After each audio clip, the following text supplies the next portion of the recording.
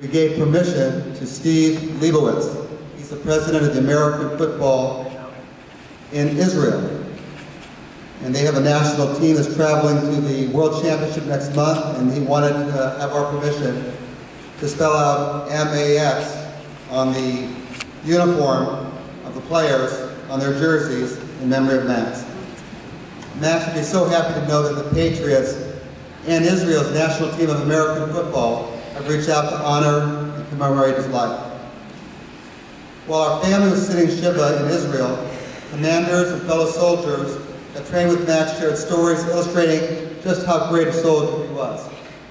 This is not to say Max was a saint, because he was clearly not that. Max didn't join the IDF to change himself. He joined the IDF to serve. Max was always respectful, but he also knew how to pursue his own dreams, his own agenda. His commander told us that Max had difficulty getting back to base on time, and particularly on weekends when he had a few days off. So when Max had to travel 4 to 5 hours, he often was late in his return. And so the commander got used to this situation, and on a regular basis, we made arrangements to have a vehicle pick him up. The commander told us at one point that he assigned a vehicle, as we talked about, and when he came back, Max, well, he would greet his commander.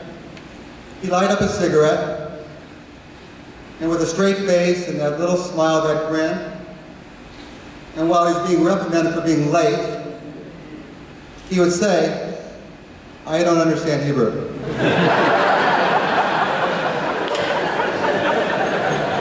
The commander told us they were, well aware of Max's ploy, if you will. They knew he knew more than he led them to believe. He said to us, quote, that they were willing to let much of it slide because he more than made up for it in his dedication, his work ethic, and his leadership. They expressed how they knew that they could always depend on him. They knew that he had their back. They said Max was the hardest working soldier in their unit. And Max is just plain street smart. He always knew how to work the system.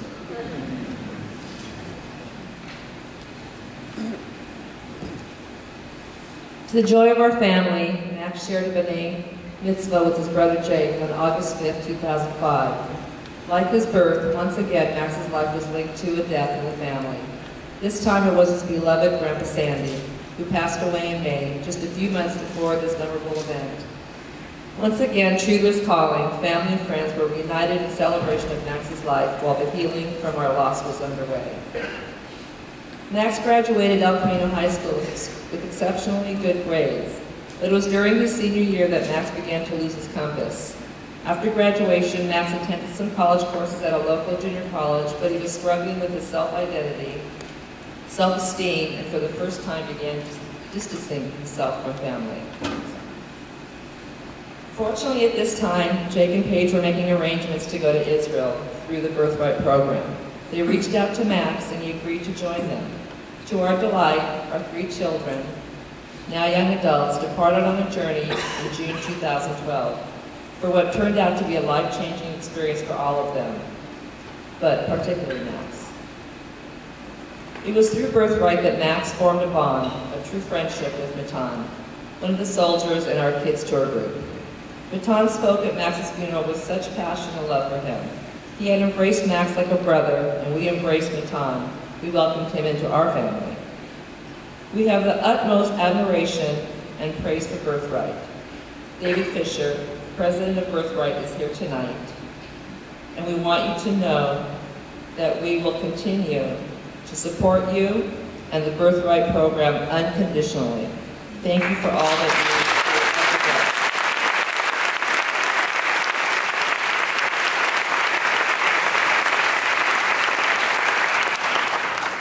During the Birthright trip, one of the experiences that impressed Max in a profound way was his tour of Mount Herzl. It was there that he learned of the fallen lone soldier from Pennsylvania, Staff Sergeant Michael Levin, and the lieutenant commander, Roy Klein, that gave his life laying over a grenade to save the lives of his fellow soldiers. Days after Max was laid to rest, we returned to Mount Herzl to retrace Max's footsteps. We visited the graveside of these two heroes, listened to their stories, as told to us by the same tour guide that enlightened Max 2 years prior. We felt a certain calm and pride, just knowing that Max was buried amongst these amazing souls. Before returning to the United States in July, Max had already made up his mind that he planned to quickly return to Israel. He shared with us how he connected with the country in a way he could not have imagined.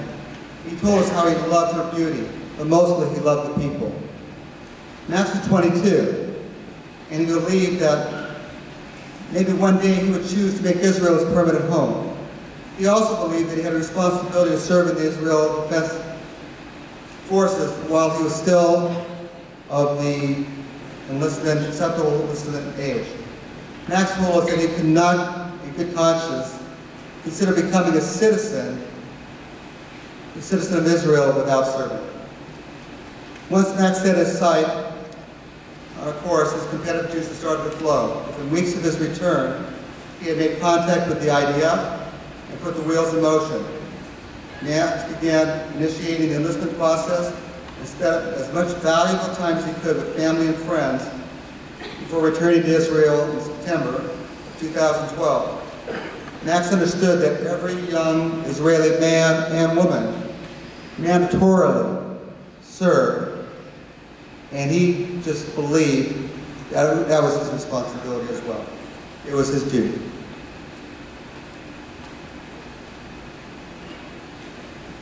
Max's good friend from Woodland Hills, Fred Pesson, introduced Max to his uncle and cousins living in Beersheba.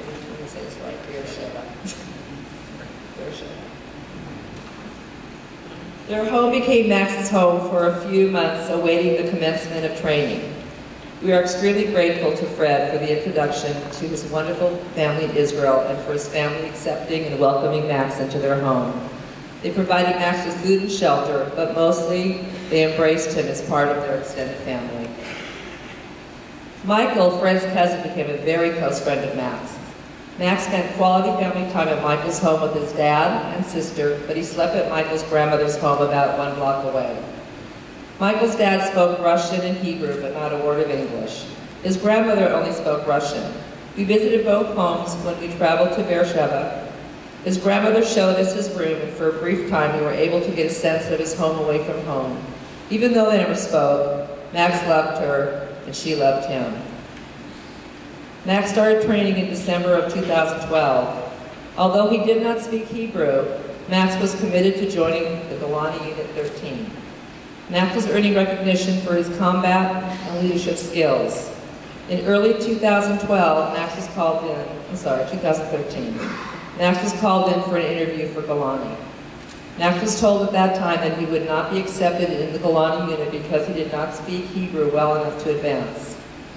When asked where else he would be willing to serve, Max told them there was no other place. When they persisted, asking him to offer an alternative, Max said, "Ask me another question. If it's not Golani, it is jail or home." Max was sent home with the understanding that he could reapply upon his return in 1 month. To our benefit, we got to spend some time with him. To Max's credit, he returned to base to resume training. In addition to improving his Hebrew, which Max told us was Army Hebrew, one of the requirements for him to be accepted to the Golani Unit 13 was to climb over a wall with full gear and substantial weight on his back. Even the tallest guys could not reach the top of the wall without jumping to grab the top and pull themselves up and over. But Max was only 5'3", so for him to climb over the wall, he had to run, hit the wall with his feet first, and extend his arms as far as possible to reach the top. Max Commander told us that he would try over and over again during regular training exercises and fail repeatedly. Max just always contemplating me about it. He spoke of how Max would plead with him to return to the wall where he could resume attempting to make the climb. Max could go on Saturdays on his own because the commanders could not tell him what he could or not do on Shabbat.